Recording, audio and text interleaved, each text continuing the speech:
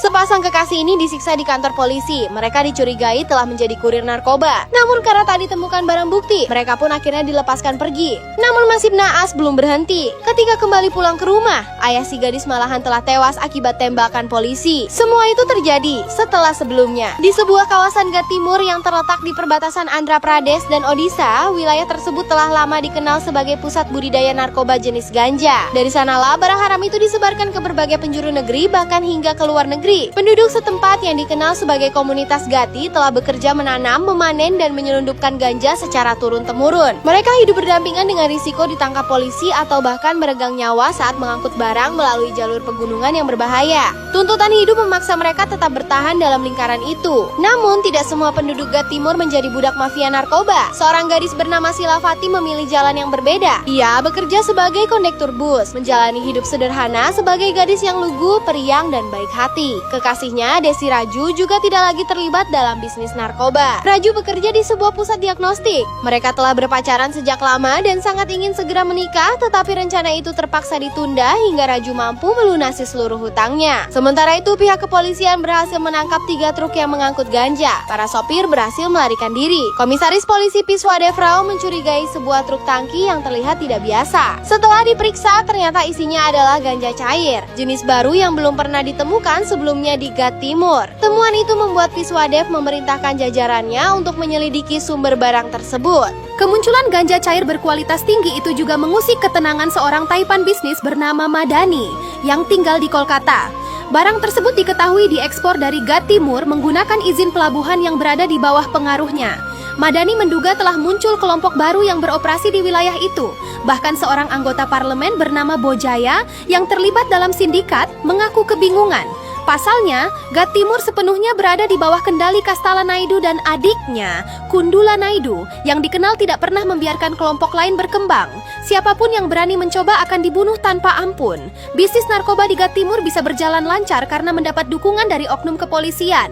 Salah satunya adalah Inspektur Dandapani, yang kerap mengumpulkan para sopir pengangkut narkoba untuk menarik uang suap. Suatu hari, Desi Raju datang ke tempat itu untuk membayar cicilan hutangnya kepada Bu Chapa, anak buah Kastala Naidu. Inspektur Dandapani menanyakan identitas Raju. Bu Chapa menjelaskan bahwa Raju adalah mantan anggota komunitas Gati. Dahulu, Raju dan kekasihnya, Sila Fati, merupakan andalan setiap pengiriman, selalu berhasil tanpa kendala. Masalah bermula beberapa tahun lalu, ketika kelompok mereka digerebek polisi saat mengangkut barang. Raju dan Sila berusaha melarikan diri, namun tertangkap dan disiksa di kantor polisi. Sila bahkan dihajar hingga babak belur. Bu Chapa datang untuk membebaskan mereka dengan menyuap polisi. Penangkapan semacam itu memang sering dijadikan alat oleh aparat untuk memeras uang. Raju dan Sila akhirnya bebas, tetapi kebebasan itu dibayar mahal. Ayah Raju ternyata telah meninggal akibat tembakan polisi. Keduanya diliputi duka mendalam. Ayah Raju bukan hanya calon mertua Sila, tetapi juga pamannya sendiri. Ibu Raju marah besar atas kematian suaminya. Ia melarang Raju menyentuh jenazah ayahnya jika masih bersedia bekerja mengangkut narkoba. Ia menegaskan bahwa masih banyak pekerjaan lain yang bisa dilakukan dan takut Raju akan bernasib sama seperti ayahnya.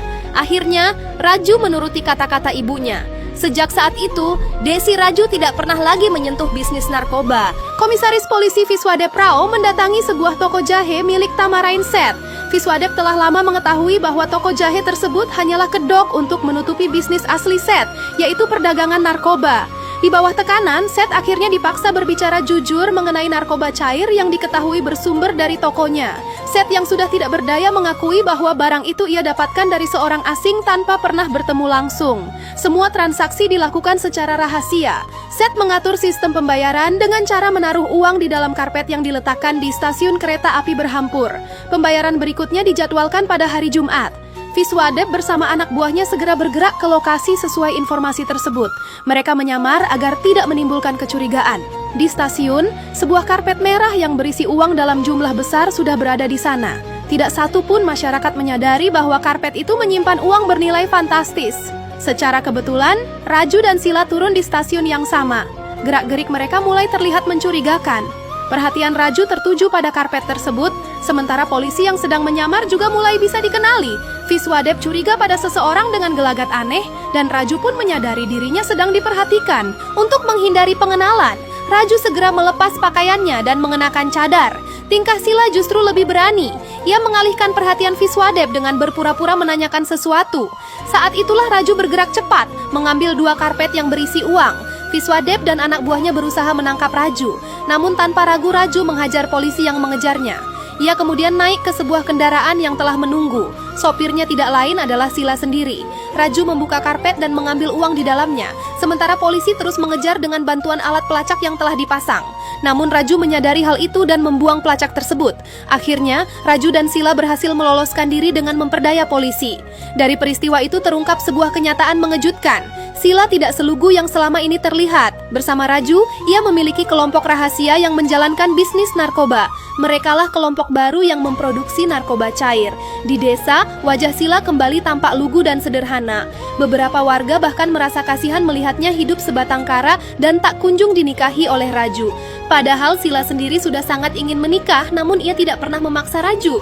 Suatu hari, karena keisengannya, Sila mengikat sendiri benang suci pernikahan. Tindakan itu dilihat oleh Raju dan warga lainnya. Raju langsung mendekati Sila dan mengajaknya menikah. Sila pun langsung bersemangat. Pernikahan mereka akan segera digelar dalam waktu dekat, disambut tepuk tangan dan kebahagiaan warga desa. Sementara itu, keberadaan kelompok baru yang memproduksi narkoba cair membuat Kastala Naidu murka. Ia tidak bisa tinggal diam dan segera menugaskan adiknya Kundula Naidu untuk menemukan kelompok tersebut.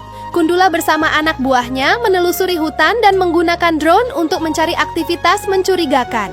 Sebuah gua di dekat air terjun diyakini menjadi pusat kegiatan rahasia. Dugaan itu terbukti. Kundula berhasil menemukan sekelompok orang yang sedang memproduksi narkoba cair. Penjahat ini terkejut melihat orang-orang yang dulu bekerja untuk mereka kini berkhianat dan justru berpihak pada kelompok saingan. Seharusnya komunitas Gati hanya bertugas menanam dan mengangkut barang, bukan ikut bermain di balik produksi. Amarah Kundula pun memuncak. Ia segera menghajar dan menyiksa semua orang yang ada di lokasi tersebut. Tidak hanya para pria, para wanita pun tak luput dari kekejamannya. Orang-orang Gati sebenarnya sudah sangat ahli dalam meracik narkoba, namun mereka tetap bungkam dan menolak menyebutkan siapa pemimpin kelompok mereka. Sikap itu justru membuat Kundula semakin gusar dan kalap. Di tempat lain, Raju sedang menikmati waktu bersama Sila Sari. Pernikahan mereka telah dipersiapkan dengan matang, termasuk mas kawin untuk calon istrinya. Namun kebahagiaan itu terputus ketika seorang anak kecil datang tergesa-gesa membawa kabar tentang Kundula yang berada di lokasi produksi narkoba cair. Tanpa ragu, Raju dan Sila segera bergegas menuju tempat tersebut. Kedatangan mereka cukup mengejutkan Kundula. Selama ini Raju dikenal sebagai sosok yang tidak mau berurusan dengan bisnis narkoba. Namun kenyataannya, Raju justru adalah pemimpin kelompok yang menjalankan bisnis itu secara mandiri. Ia bahkan menawarkan pembagian keuntungan kepada Kundula agar bisnisnya tidak diganggu. Alih-alih menerima tawaran itu, Kundula justru murka dan memukul Raju. Sila pun ikut terancam. Raju bangkit dan melawan. Terjadilah perkelahian sengit. Kundula dan anak buahnya dihajar habis-habisan. Raju menunjukkan kehebatannya dalam bertarung. Namun bukan hanya dia, Sila pun tak kalah luar biasa. Tak ada yang menyangka, perempuan berwajah lugu itu ternyata seorang jagoan. Ia mampu mengalahkan para pria dengan gerakan cepat dan mematikan. Wajahnya yang lembut berubah garang, ganas dan menakutkan. Pemandangan itu justru tampak aneh namun romantis. Sepasang kekasih bertarung bahu-membahu menghadapi musuh-musuh mereka. Kundula yang terus berteriak akhirnya ditendang oleh Raju hingga terjatuh ke dalam cairan narkoba. Meski sudah tak berdaya, ia masih mengancam akan membunuh Raju. Mendengar ancaman itu, Sila murka. Ia merendam Kundula sebagai peringatan karena berani mengancam calon suaminya. Setelah situasi terkendali, Raju dan Sila bersama kelompoknya menemui Nirali, asisten pribadi Madani, yang saat itu sedang berada di kolam renang. Tubuh Kundula yang sudah tak berdaya dilemparkan ke kolam. Di hadapan Nirali, Raju menawarkan kemitraan yang saling menguntungkan. Ia berjanji akan membagi keuntungan selama bisnisnya didukung. "Bermitralah dengan kami, dukung kami. Jika tidak, kami akan mencari orang lain," ucap Raju tegas. Nirali kemudian menyampaikan tawaran itu kepada Kastala, Naidu, dan yang lainnya. Secara pribadi, Nirali sangat tergiur karena kelompok Raju mampu menghasilkan ratusan keror hanya dalam tahun pertama. Kastala sendiri merasa jijik harus bermitra dengan para Gati, terlebih adiknya telah dipermalukan dan dipukuli. Namun demi kepentingan bisnis yang lebih besar, ia akhirnya bersedia berkompromi. Kastala bersama anak buahnya menemui Raju untuk membicarakan kemitraan tersebut. Ia memuji kecerdasan Raju dalam memilih lokasi produksi narkoba cair yang sangat strategis. Kastala dan Nirali juga mengakui kualitas serta kenikmatan produk buatan Raju. Akhirnya, kesepakatan pun tercapai. Raju bertanggung jawab atas produksi dan penyediaan barang, sementara Kastala mengurus distribusi. Pengiriman pertama saja langsung mencapai 10.000 liter. Sebuah kesepakatan besar yang menjanjikan keuntungan bagi semua pihak. 2 hari kemudian, Raju dan Sila akhirnya dapat menyelenggarakan pernikahan sesuai rencana. Acara itu berlangsung sangat meriah dan dihadiri banyak penduduk yang ikut merayakan.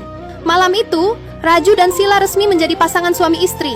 Ledakan bom terjadi tiba-tiba, bukan sekali, melainkan berkali-kali. Suara dentumannya memekakan telinga, tubuh-tubuh beterbangan, jeritan memenuhi udara. Banyak orang terluka, bahkan sebelum sempat memahami apa yang sedang terjadi. Raju dan Sila terpaku, otak mereka belum sempat mencerna teror itu. Ketika serangan mematikan berikutnya kembali menghantam, anak buah Kastala menyerbu dengan brutal. Mereka menyerang tanpa ampun, membunuh siapapun yang berada di hadapan mereka. Raju dan orang-orangnya mencoba melawan sekuat tenaga, namun mereka kalah siap.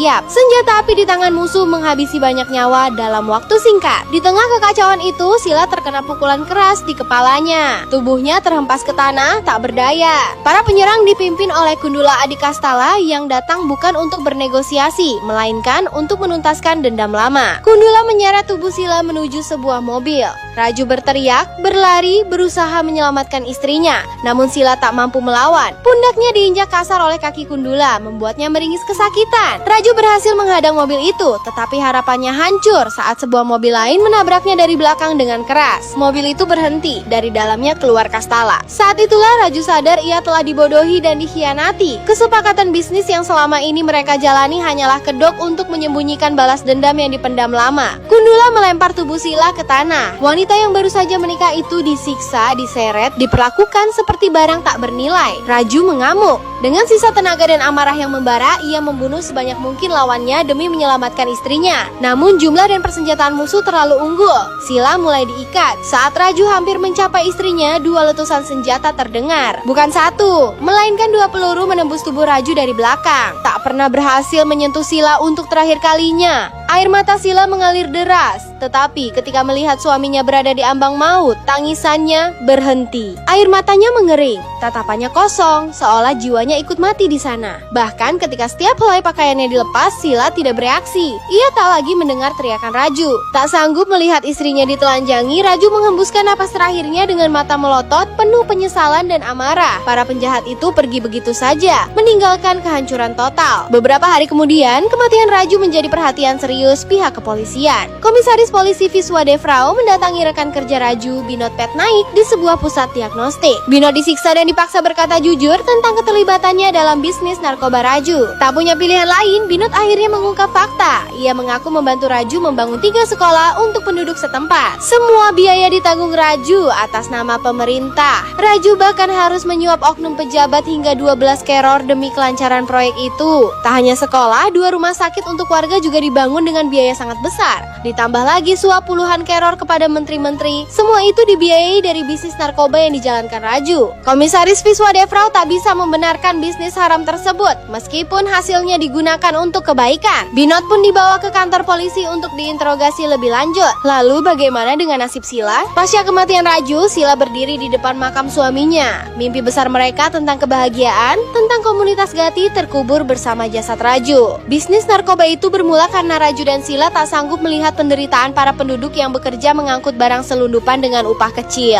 lalu ditangkap polisi atau tewas di perjalanan. Silalah yang pertama kali mengajak Raju memulai bisnis haram itu demi masa depan yang lebih baik bagi mereka dan penduduk. Kini semua impian itu hancur. Sila tak pernah membayangkan hidup tanpa Raju. Ia bahkan tak sempat menikmati bulan madu. Amarah dan dendam perlahan menggerogoti hatinya. Sila berubah menjadi sosok yang tak lagi peduli pada apapun selain satu hal, pembalasan. Wanita itu mendatangi lokasi produksi narkoba cair yang telah dikuasai Kastala. Kedatangan Sila justru menjadi bahan olokan anak buah Kastala. Mereka menyinggung kehormatannya, mengingatkan bagaimana Sila pernah ditelanjangi dan dipermalukan. Ucapan-ucapan keji itu membuat amarah Sila memuncak. Sila mengamuk. Ia tidak sekadar memukul, melainkan membunuh mereka tanpa ampun. Kekejamannya membuat siapapun yang melihat merinding ketakutan. Dari seluruh preman yang ada, hanya 1 orang yang berhasil kabur. Setelah itu, Sila membakar tempat tersebut agar tak bisa lagi digunakan oleh kelompok Kastala. Perlawanan Sila membuat Kundula geram dan ingin segera membunuhnya. Namun Kastala melarang adiknya bertindak gegabah. Saat itu komunitas Gati tidak boleh sampai mogok kerja. Kastala lalu menugaskan Dandapani dengan bantuan pihak kepolisian untuk menyelesaikan masalah ini. Dandapani bergerak cepat dengan memancing Sila keluar. Ia mencoba menghancurkan makam Raju. Tindakan kurang ajar itu diketahui Sila yang bersembunyi di atas bukit. Umpan tersebut berhasil. Sila yang dicari justru berbalik memburu Dandapani. Ia sudah tidak takut apapun lagi dan bersumpah akan membunuh semua orang yang terlibat dalam kematian suaminya. Dandapani pun tewas secara brutal. Ancaman Sila membuat para mafia khawatir pengiriman barang akan terganggu. Madani meminta Kastala fokus mengurus pengiriman perdana agar berjalan lancar. Asisten pribadinya, Nirali, mengusulkan pertemuan dengan Sila untuk mencari solusi terbaik. Nirali menghubungi komisaris polisi Viswadev. Terungkap bahwa Viswadev bekerja untuk para mafia. Ia mendatangi rumah Binod yang diyakini mengetahui keberadaan Sila. Binod diminta menyampaikan undangan pertemuan kepada Sila. Jika Sila menolak, sekolah dan rumah sakit yang dibangun Raju akan ditutup. Binod mengaku tidak tahu apapun, tetapi Viswadev marah karena yakin Binod berbohong. Keyakinannya benar, Sila sedang bersembunyi di rumah Binod dan mendengar seluruh percakapan itu. Demi melindungi sekolah dan rumah sakit, Sila akhirnya bersedia datang ke pertemuan. Kedatangan Sila disambut oleh Nirali dan Viswadev. Nirali menyampaikan permintaan maaf atas kematian Raju. Tak lama kemudian, Kastala dan Endegen muncul. Melihat Kastala, dendam Sila kembali membara. Kastala meminta maaf atas semua yang terjadi dan mengajak Sila bekerja sama menjalankan bisnis narkoba tanpa gangguan. Sebagai imbalannya, Sila akan mendapatkan 50% keuntungan.